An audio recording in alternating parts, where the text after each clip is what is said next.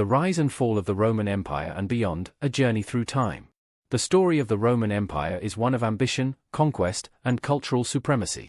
It begins with the mythic founding of Rome, grows into a mighty republic, transforms into an empire, and ultimately decays into what is now modern history. But the Roman Empire's influence didn't truly vanish when the Western Empire fell in 476 CE. Its legacy lived on through the Byzantine Empire, through the cultural bedrock it laid for Europe, and through its continued impact on global political and military structures. The story doesn't stop with Rome's fall, it shifts to the Eastern Roman Empire and the emergence of new powers in the East, the Mongols and Ottomans. The mythical and legendary founding of Rome. As mentioned earlier, the myth of Romulus and Remus has been passed down for generations, with the two twins raised by a she-wolf after being abandoned by their uncle, the king.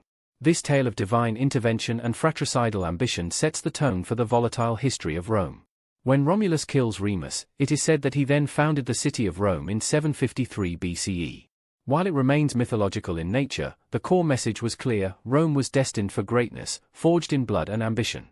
Though Rome's foundation is steeped in myth, its rise from a small settlement on the banks of the Tiber River to an empire that dominated the Mediterranean was nothing short of extraordinary. Early on, Rome was ruled by kings, but these monarchs were eventually overthrown, and the Roman Republic was established in 509 BCE. It was during the Republic that Rome began to expand, first into Italy, and eventually, into the Mediterranean world.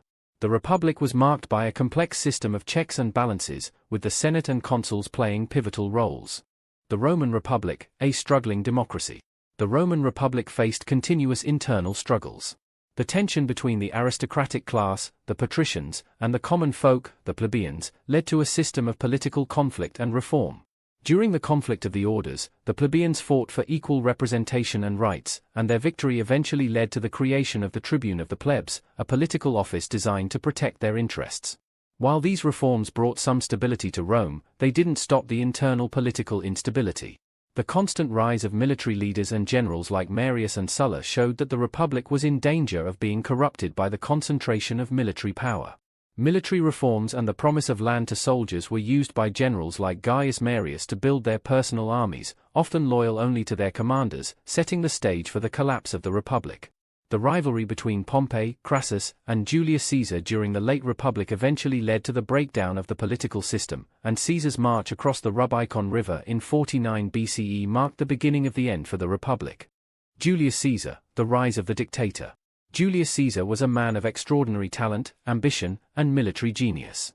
His conquest of Gaul solidified his power and earned him the support of the Roman legions and the common people.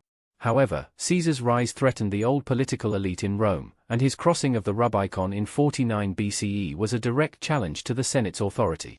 After a series of civil wars, Caesar became dictator for life, a title that ultimately led to his assassination by a group of senators led by Brutus and Cassius in 44 BCE. The hope of the conspirators was to restore the Republic, but instead, Caesar's death plunged Rome further into turmoil. Augustus and the birth of the Roman Empire. Following Caesar's assassination, a power struggle ensued, ultimately leading to the rise of Octavian, Caesar's adopted son. Octavian, later known as Augustus, faced opposition from Mark Antony and Cleopatra in Egypt. Their confrontation culminated in the Battle of Actium in 31 BCE, where Augustus' forces decisively defeated Antony's fleet. This victory marked the end of the civil wars and the dawn of the Roman Empire. Augustus, the first Roman emperor, was a master of propaganda and consolidating power. Though he maintained the outward appearance of the Republic, he held ultimate control. His reign established the Pax Romana, a period of unprecedented peace and stability that lasted for over 2 centuries. Augustus' reforms transformed Rome into a more organized and structured empire. The expansion of the Roman Empire. Under Augustus and his successors, the Roman Empire expanded to its greatest territorial extent. The empire stretched across 3 continents, from Britain in the northwest to Egypt in the southeast, and from Spain in the west to Mesopotamia in the east. The Roman legions were essential in this expansion, using highly disciplined and effective military strategies.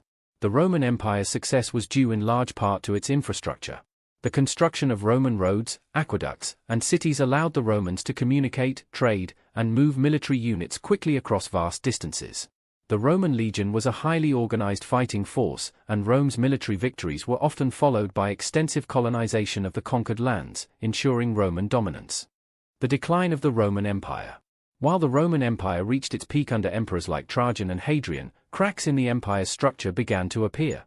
Political instability, economic troubles, and a reliance on mercenary forces began to strain the empire. The Emperor Diocletian attempted to stabilize the empire in the late 3rd century by dividing it into the Eastern Roman Empire and the Western Roman Empire. The division of the empire ultimately made it harder to manage, and the Western Roman Empire became increasingly vulnerable to external threats. The Visigoths, led by Alaric, sacked Rome in 410 CE, a moment that symbolized the decay of the Western Empire. The Huns, under their infamous leader Attila, also put immense pressure on the Roman borders. Rome's defeat in these invasions, combined with internal divisions and a declining economy, led to the eventual collapse of the Western Roman Empire in 476 CE. Romulus Augustulus, the last Roman emperor, was deposed by the Germanic chieftain Odoacer, signaling the end of ancient Rome in the west. The Byzantine Empire, Rome's second life. Though the Western Roman Empire had fallen, the Eastern Roman Empire, later known as the Byzantine Empire, continued to thrive. Based in Constantinople, modern-day Istanbul, the Byzantines retained much of Roman culture, law, and military organization. The reign of Emperor Justinian, 527 to 565 CE, was particularly notable. Justinian sought to reconquer the Western Roman territories, and his Codex Justinianus would become a foundation for modern Western law. Despite initial successes, the Byzantine Empire faced constant challenges from both internal strife and external threats. The Islamic caliphates threatened the empire's borders in the south, while the Slavs and Turkish tribes in the east presented ongoing military challenges. The rise of the Mongols. During the 13th century, the Mongol Empire, under the leadership of Genghis Khan, swept across Asia and Eastern Europe, leaving devastation in their wake. The Mongols reached as far as Hungary and Poland, forcing many nations to adapt to their superior tactics. Though the Mongols did not fully invade the Byzantine Empire, their conquests placed pressure on the Byzantine Empire's already vulnerable position. The Mongol Empire's military success was built on speed, discipline, and their innovative use of cavalry, including the famous Mongol horse archers. This unstoppable force weakened many of the regions around the Byzantine Empire, leaving them open to further conquest. The Ottoman Empire, the final conquest. The final blow to the Byzantine Empire came in 1453, when the Ottoman Turks, led by Sultan Mehmed II, laid siege to Constantinople. The city fell after a long siege, and Constantinople was renamed Istanbul, marking the official end of the Byzantine Empire. The fall of Constantinople is considered one of the most significant moments in world history, as it marked the end of the Roman Empire, which had lasted for nearly 2,000 years. The Ottomans, however, inherited much of Roman culture, law, and military strategy. They continued to wield power over much of Southeast Europe, Western Asia, and North Africa for centuries. Rome's enduring legacy. Even after the fall of both the Western Roman Empire and the Byzantine Empire, the influence of Rome persisted. Roman law, architecture, and military strategies became foundational to later European civilizations. The Latin language, derived from the language of Rome, became the precursor to the Romance languages and is still used in scientific, legal, and religious contexts today. The story of Rome is a testament to the power of human ambition and the desire to leave a lasting mark on the world. It is a story of rise, dominance, decay, and eventual renewal.